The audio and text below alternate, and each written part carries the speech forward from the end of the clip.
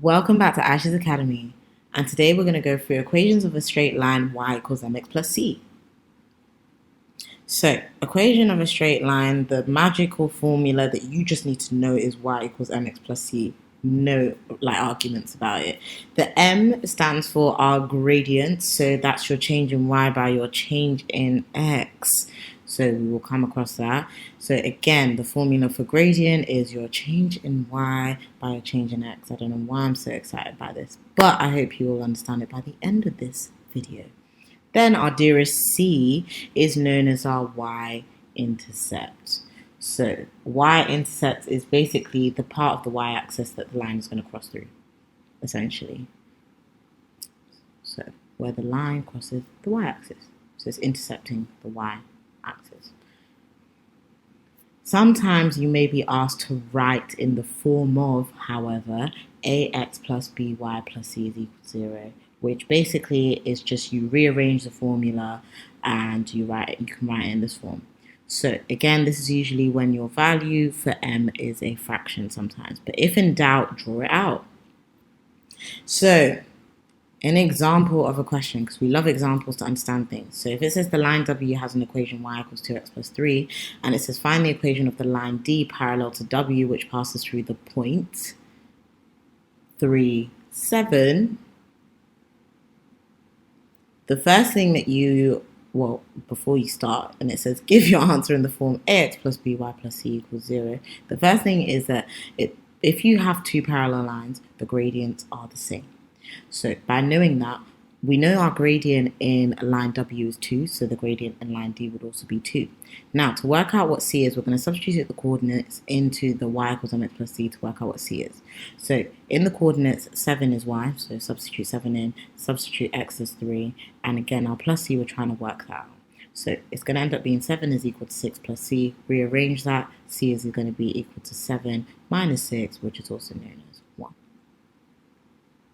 So now we know what our c is and we know what our gradient is, we can complete the straight line formula, which is y equals 2x plus 1, but because we're writing in the other way format, that's how you leave your answer. So what better was best to understand your knowledge than do practice questions? So example 1. So we have this we have this straight line, and it says find the gradient of the graph. So when we're working out the gradient and we don't have a formula, you literally want to find 2 points in the graph and you want to work out the difference in their y values and the difference in their x values and divide them by each other. So I've picked these 2 points on the graph. Basically, the difference between the y values is 60 minus 180. So doing that would leave you with minus 120. And then 100 minus 20 would leave you an answer of 80. So now working out the actual gradient is your change in y, which is minus 120 over 80. The reason why it's that way around is because the graph is going downwards, the line's going downwards, so it's a negative gradient. So if I'm getting a minus number, that's about right, because it's going down. Working that out in your calculator should give you minus 1.5. Example 2. So here it shows on the grid, draw the graph of y is equal to 3x minus 2 and from the values of minus 1 to 3. So first thing is, I always like to draw a table of values. Some exam questions, they do draw it out for you. Sometimes, it's nice if you draw it out yourself if they don't give it to you. In this case, they haven't given it to us, so I'm illustrating a table roughly above. Okay, so in this table, you just want to put x on the top, y on the bottom. Again, it doesn't matter which way, but this is how I normally draw it. And then you want to write out the x values that they've given you to work out from. So they've said from minus 1 to 3, so literally draw out minus 1, 0, 1, 2, 3. Okay, so now that you've done that, let's work out the corresponding y values. So first things first is, we're going to now substitute when x is equal to minus 1 into the formula that they've given y equals 3x minus 2. And by doing that, you would end up doing 3 times the minus 1, and then the answer of that, take away 2. And by working that out,